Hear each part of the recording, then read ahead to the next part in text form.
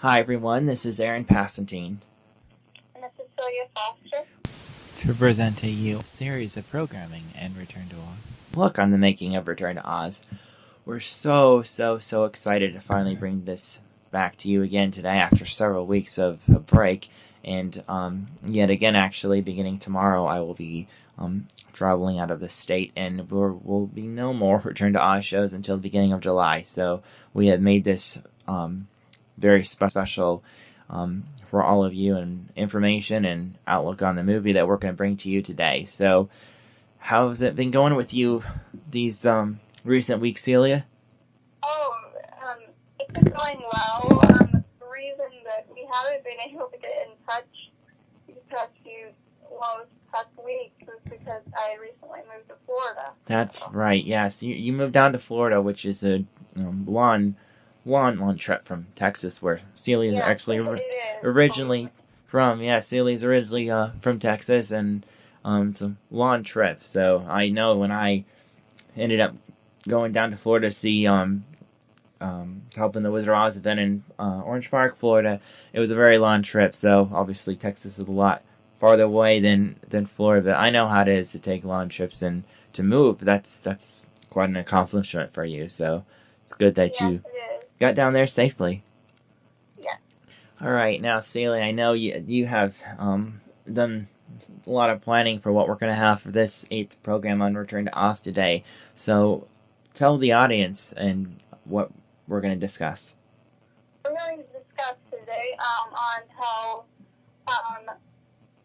Perusa Bulk, a relatively unknown 9-year-old at the time, got one part of Dorothy in Return to Oz. That's a great idea. I know we're going to talk about that today and a couple other things as well. I think one thing that I know, and actually I would say this is probably coming from the brand new edition of the Bomb Bugle that's put out by the International Wizard of Oz Club, it's been really said that movie, cost $27 million to make, and that was really a considerable amount for the film industry in 1985. Do you believe that? Oh yes, it was an astronomical amount at the time. Yeah, well, I know that it's been said actually that filling the part of Dorothy, that they needed a young girl for that was pretty hard, since Perusa Bulk actually was a Canadian actress, and I didn't know that until recently. So, anyways, it's going to be very interesting what you're going to be able to tell us today. Yeah. All right, Celia, so let's hear this interesting information.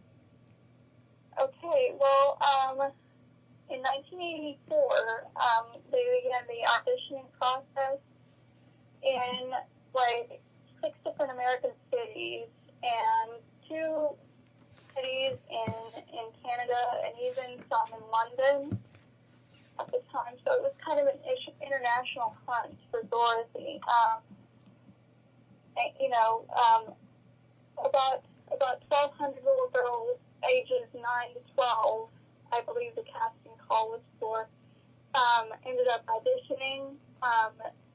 Then they got down to about 12 girls after months and months of screen tests. And they did a lot of screen tests in LA, and they got it down to 2 girls. The other girl's first name I know was Hillary. I can't recall her last name.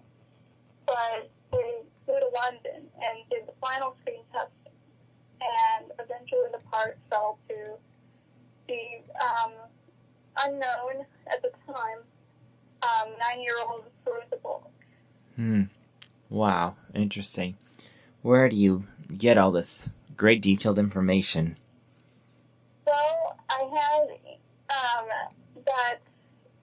that documentary on the whimsical world of Oz provided a lot of information, and I also looked in different magazines about press stories about young Perusa at the time. Yes, that's right. I have the honor of having a copy of that documentary too, and it's very interesting. And that is something that we all need to see on the new special edition of Return to Oz that hopefully Disney will make. So I don't know. It's sad to see material like that not publicized, don't you? Right. Well, I think it's very sad because there's about 19 minutes totally devoted to Return to Oz. Yeah, not 20. About 19 or 20, give or take. Yeah. Wow. Interesting. And let's see. The role of Dorothy was very, very demanding on young Perusa because prior to her Return to Oz role, she had only done like some made-for-TV movies, but her part had been relatively small. In Return to Oz, she was almost constantly on screen.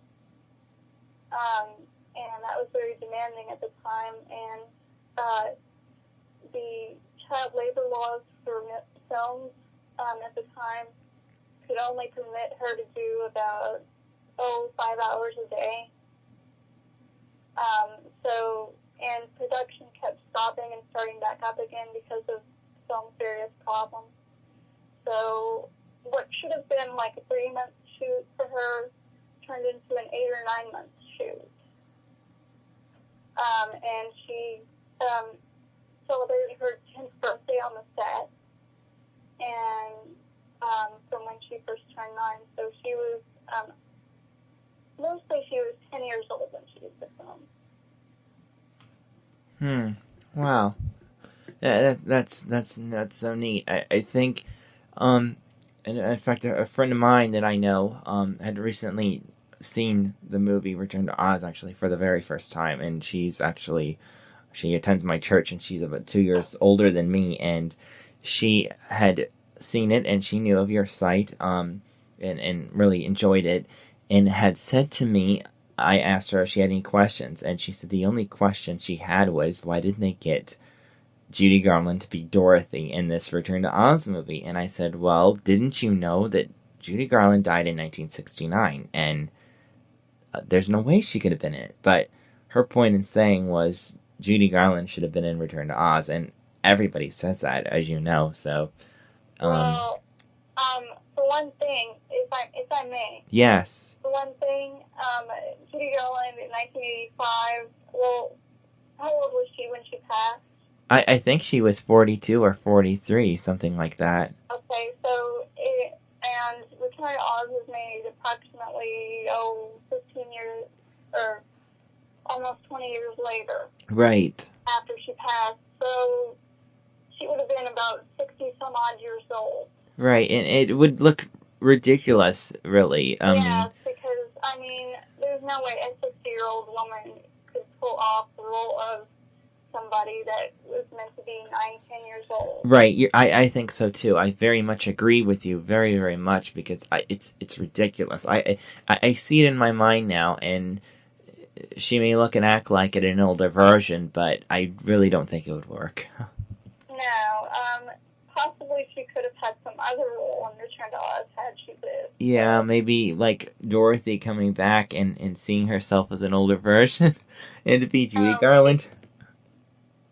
Maybe Aunt Em, I don't know. Maybe, I'm not sure. Anyways, that statement was a passing statement, and I think a lot of people assume it, and it's really sad because and something that will be brought out very soon, as Celia Foster and Zach Allen and myself have recently completed a Wizard of Oz panel that we released a compact disc very soon, next month actually, in July, on the website, getting ready for our show. We'll have it available.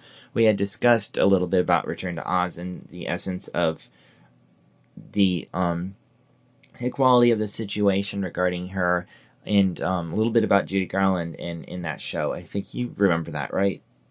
Yes, I do. Yeah, so that was interesting. So more of you will hear more to come to light on that next month when we have that released. To that question about why didn't Judy Garland, the whole Judy Garland / Perusa Balk thing, I came across this really nice article on, the headline was, young Perusa Balk did not try to imitate Judy Garland, and it was saying she was being quoted as saying that she was a huge fan of the Wizard of Oz movie and that she loved Judy Garland's performance, but there was a definite line and barrier between her performance as Dorothy and Jimmy's performance as Dorothy, and she did not try to tread on or besmirch Judy's role as Dorothy, but she did her own thing, and I think it came out marvelously well.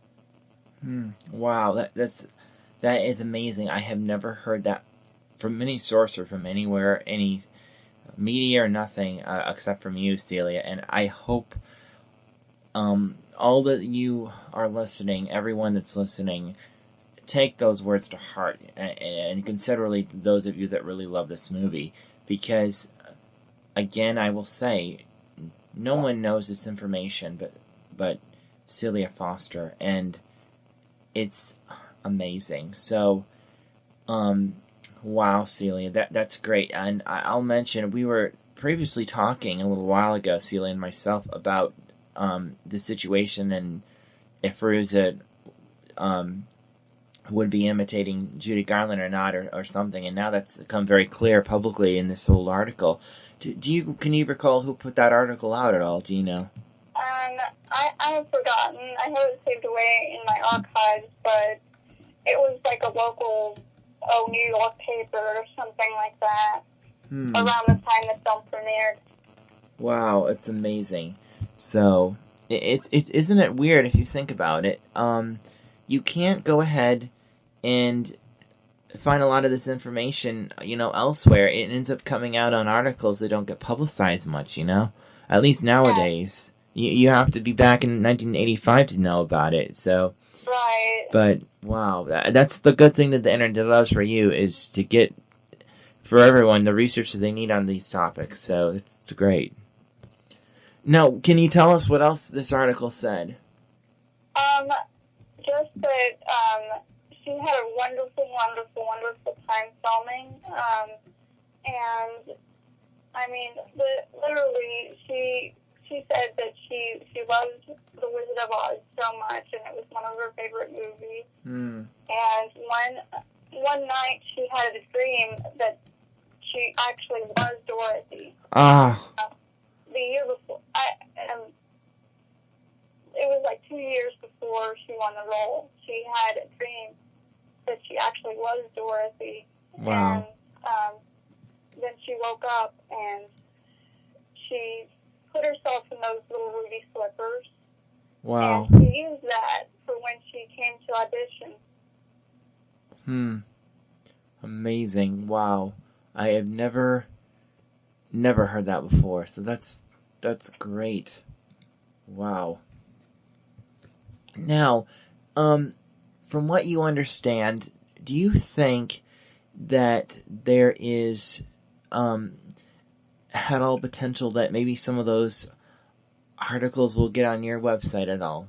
Or do you think that they will? Yes, I was about to update it and put, especially that one, because that one's a gem, right, on the site.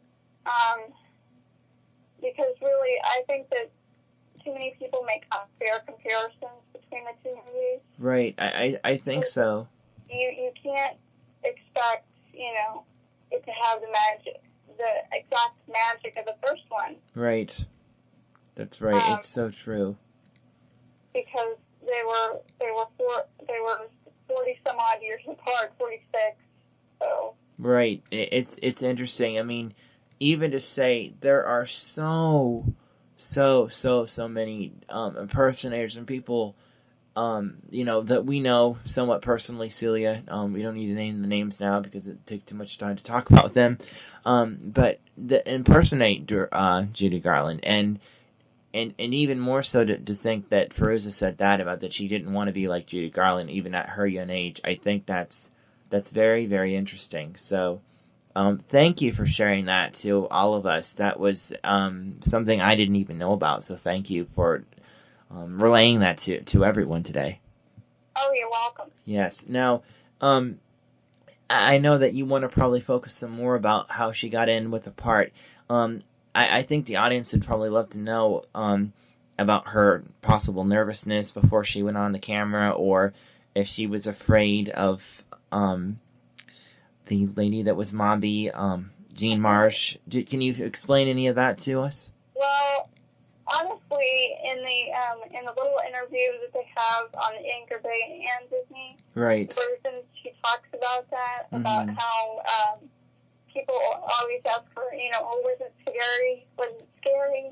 Right. Being on camera, how can you talk to a chicken? Right. With a straight face?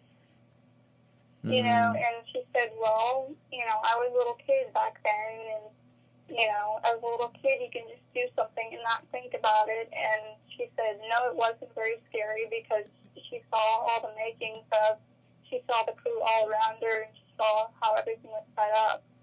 So it was just a big, fun adventure for her. That's right. It really was. I think so. I mean, if obviously, let's say I was in the movie or you were in the movie, I think would be exhilarating and exciting just to walk around that set and to see it, because to the person's eye in watching that movie, everyone can see that it looks like an exciting place that you would actually want to walk around in for a whole day. Even though it was a set though, and most of it, was a set, but really, I mean, when you see it, don't you feel like you wish you could check the place out and see it all? Of course, especially when it was all out. Right, exactly. So, yeah. Maybe one day Disney will do something and recreate something like that in somewhere. I think that would be really interesting. So yeah, it was very interesting to have the palace being set up again. Yeah, it would be. So who knows what Disney will do in the near future once you work yourself off so much and you finally see them re-releasing a special edition with everything you wanted on it. Yeah. One day, hopefully. Wow, that's amazing, Celia. Now, didn't Emma Ridley have some goings on with this as well? Oh yeah. Okay. She originally tried to for Dorothy herself. She was 12 at the time. Wow. But they decided that she was better for the part of Ozma, so they cast her in that role. And the interesting thing about Emma Ridley was that she was relatively unknown too.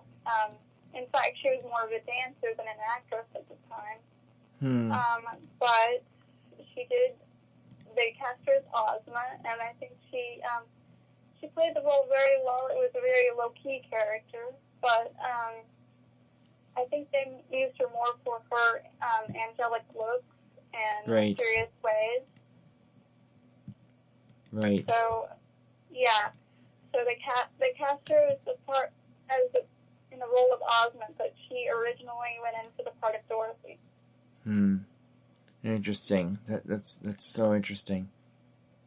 I think maybe if you probably can mention, just in case he was, from what it seems like, from what we always have heard from you a long time ago, that he was a very nice young man and that everyone was hanging around with, and more Fairuza, because of his portrayal as a scarecrow. And although we don't really see him often, everyone can tell, at least by his voice, that he was very kind to Fairuza in the movie. Oh yeah. Do you have they some? All were. Do you have some information about him and their friendship?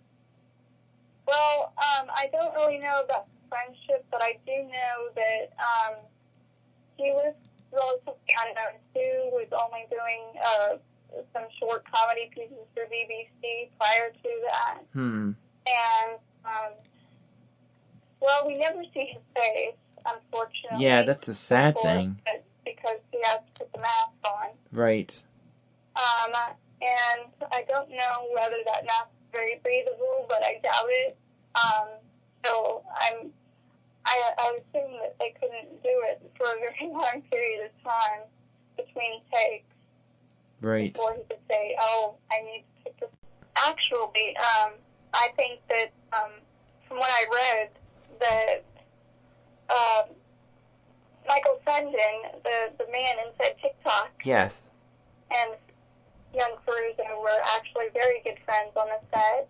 Oh, that's good. Because she had lots of scenes with him in the beginning and towards the end, and she said Bruce said that Michael was a very, very funny man, Oh. meaning humorous. Right. And they would tell each other jokes back and forth between takes. Oh. And he had this inside TikTok. It was very, very hot and very, very cramped. But she would be his little helper and switch on the air-conditioned fans for him between takes so he could cool off.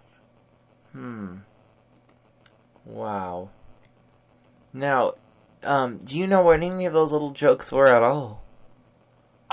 No, I don't recall specific ones, but she said that he could always make her laugh, when she was feeling stressed out or something. Right. If the scene didn't go well, he would have her laughing. Wow. And so they were just, they helped each other a lot on the set. Yes, wow, that's so neat. It's amazing that the stories like these that mean a lot to other people, that love the movie like this, that actually take an interest in these types of things. I mean, I do. I think it's interesting. It brings together people like a family, though they may not be related literally. It brings people together like a family, and that's great. That's special for me to know personally throughout these programs, throughout anything that this website brings on, because it's called Videos for Family, and we're talking about a movie for the family, right? Right. Right. So it's great. So now, what else are you interested in bringing up today that you would like to share with us so we can comment on? Well, let me think. Oh, well, also Fairuza and Nicole Williamson formed a very special bond on the set. Yes. And I don't know if any of the listeners out there know this, but Nicole is an amateur magician. And so while it's ironic to his character because, the Gnome King, TikTok says a line that says he's a very powerful magician. And I think that's mildly ironic since Nicole Williamson was an amateur magician. Right. And so I'm sure between takes and, in the scenes in Kansas and later in the Gnome King's mountain, he would do little magic tricks to entertain the cast and crew. And Fairuza said he was very, very sweet to her, and he was kind of like bizarre and quirky at the same time. But she said the whole cast was amazing to her, and that nobody didn't want to be there. Nobody had a bad attitude while filming, and they all wanted to be there. That's right. I remember that, they had said before that they didn't have any kind of bad attitudes or anything going toward that. Right. And I think that's important, and not to say too much about this, because this is not related to Return to Oz whatsoever, but in reference to that, when Little House on the Prairie was filmed, this TV series that Michael Landon produced, another guy that was a part of that show, his name was Ed Friendly, and both of those guys actually had arguments and discrepancies against how that show wanted to be made. Michael Landon wanted to follow his way with the show, and Ed Friendly wanted it completely on the books and didn't want to change anything. So, and that show is one of the most popular family television shows in history, and still is today. And anyhow, bottom line to that is, that's so good that Return to Oz didn't turn out like that, because there were some issues with one of the producers, anyways. Right. And, correct. With the cinematographers. That's and, right. Right. And that's right. And they had issues. And I think on a previous program episode that we all have recorded several weeks ago, you did speak about one of those situations in an argument, I think, correct? Right. Right. That Walter had an argument with the first cinematographer. That's right, exactly. So, not everyone can be happy in the entertainment industry when film, and even at Disney, they've had some major issues in recent years in their park, and not every company is perfect, and Disney Disney's not perfect either, right? Right. That's right. But it's good that Return to Oz was succeeded in the way it did, because really, I can't think of anything else that they should have done in that movie that hadn't been done. You know, I mean, when you watch it today, don't you think that you like it the way it is and wish, oh, what if they didn't have something not in there? I mean, don't you think that sometimes? Yeah, I think it can stand alone in its own right. People have problems with it. They say it's too dark, it's too scary. Right. But I really think that it's perfect. Right. The way it is. It is. It was perfect. It was perfect because God saw it the way to how it was to be made, and it was perfect. So yes. So thank you for those things today. Oh, you're welcome. Okay. Alright, well, anyways, we thank you so much for listening to this program today. It's been so much fun working with Celia Foster for a number of weeks, and though we will all be taking a break for the next month, please, again, don't have any fear, and we will back with you again with videosforfamily.com and return to awesomemovie.com with a new show at the beginning of July, and we will, again, have some very special things planned that you won't want to miss out on the first week of July, because it'll be exciting for all the weeks that we have missed as we've been taking this break that will be coming up when I'm gone, and Celia will be busy with other things. Isn't that right? Yes. Yes. Right. Maybe if you could mention just one quick thing before we close with this, what one of the surprises will be that you have in store for everyone. Well, I'm in the process of contacting my good friend, claymation artist Douglas Abel, and maybe I can persuade him to call into the show. Oh, that would be a great idea. Well, I hope everyone hears that. I think we should also check on Will Finton. I think everyone would love that, don't you think?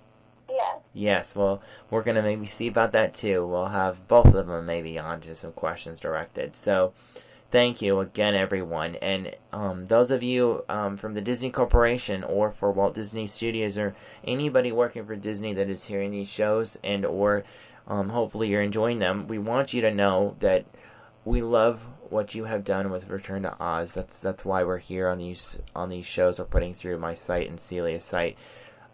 We want everyone to know about the quality of the work that you bring, and both the good and also from the critic side, what we have been explaining on. So, we do hope that you will eventually make a Return to Oz DVD that is a special edition with some extra features, and obviously it's a large budget, but we know that you have the time and the consumption and obviously compensation given to whomever you hire out for these things, so as we know that you will do a good job with it if that comes to pass.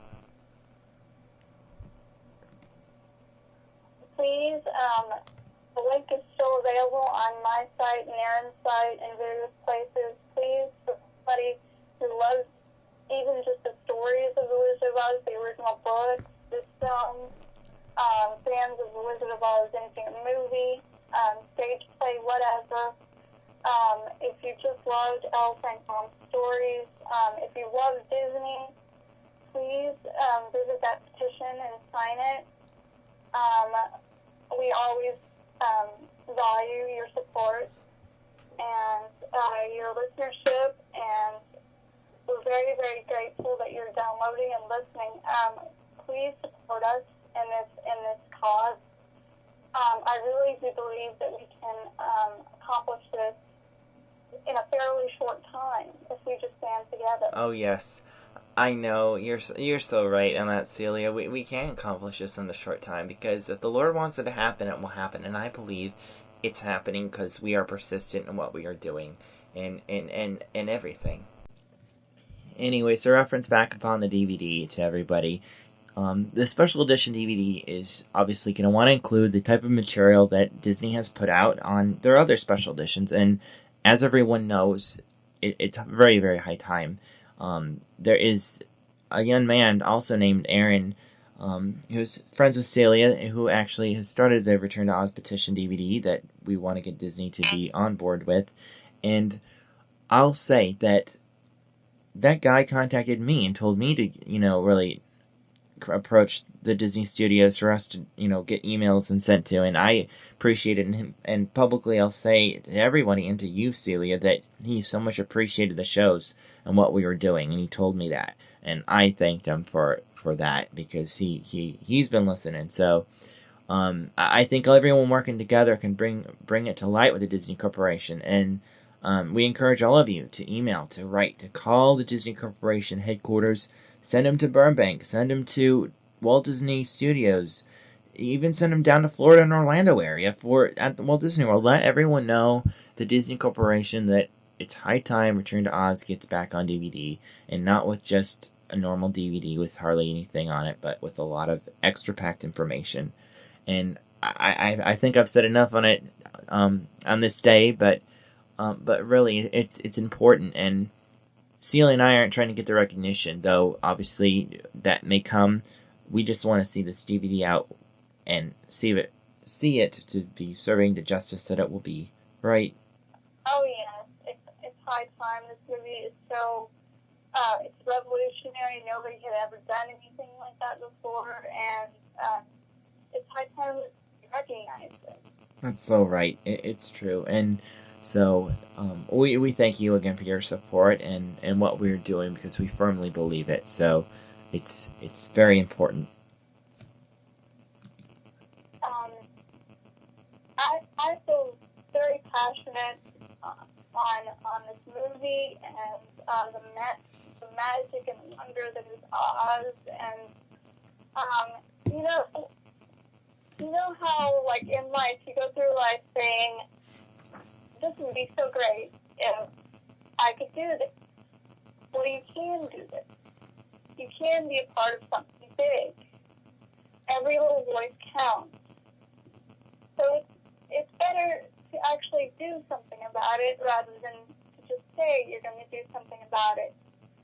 And it's going to be so nice to know that, hey, I was a part of something that got, this amazing movie to be released, and it's really in its true form. That's right, Celia. I think that's the way to end it with this, and even more so that this movie, Return to Oz, has held the Guinness World Book of Records for the longest span between time of original film and its sequel. That's 46 years. And even more so because Return to Oz had never before attempted stunts going on and many special effects. And that right there alone is a big deal, I think, personally. And I'm sure to everyone in the entertainment industry, those that think about it would know the answer is yes. Well, we thank you so much for your time and listening to our episode of Return to Oz, a special documentary featuring an outlook and behind-the-scenes feature on the movie. This is Aaron Passantine. And this is Celia Foster. Thanks for listening. We will continue programming, resuming the first week in July.